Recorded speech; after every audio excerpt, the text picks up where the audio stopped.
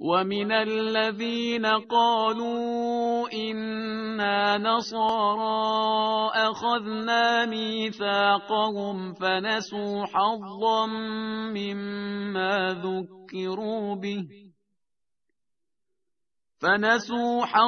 مما ذكروا به فأغرينا بينهم العداوة والبغضاء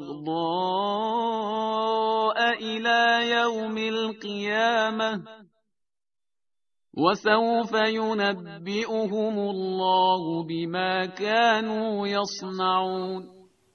Voltor adamları ki olar biz Nesranidir deyip aytýarlar, biz olardan da ahd-o peyman aldık. Yahudilerden alışmadı yani. Pes olar da özlerine edilen nasihatlerin köfesini undup faramuş ettiler. Pes biz oların arasında ta kıyamata çelli düşmanlık ve edavet saldık. Ve tiyizlikte Allah tebarek ve teala şoları eden işlerini haber verir.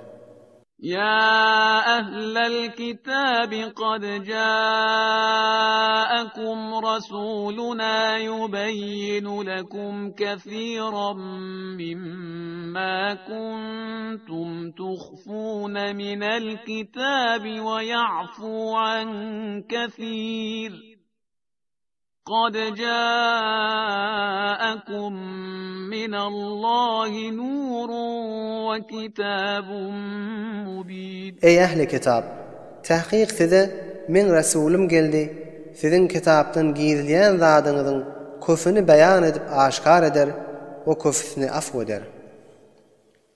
Tahqiq sizlere Huday tarafından nur geldi ve ahkamlarını beyan edip aşkar ettiğin kitap geldi. يهدي به الله من اتبع رضوانه سبل السلام ويخرجهم من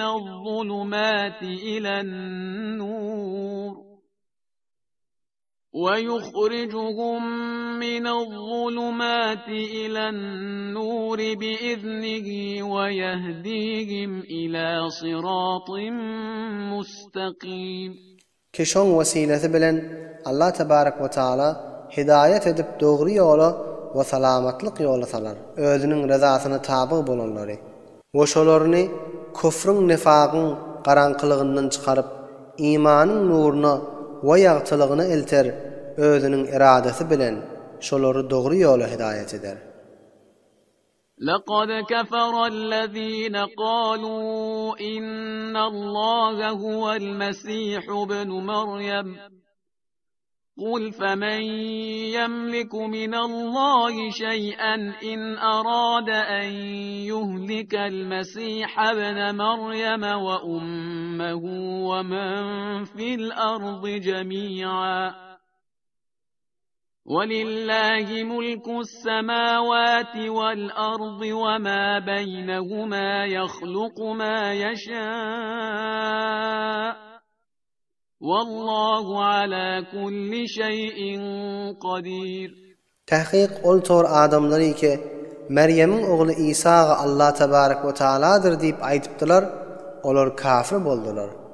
Sen şoları ayt, pes kim başarar men etmege eger Allah tebarek ve teala Meryem'in oğlu İsa'ni ve şonun ejetini ve tamamı yeryüzündeki mahlukları helak etmek istese ve tamam asmanların ve yerin mulki ve şoların arasındaki zatlar Hudaýyň mulkudur.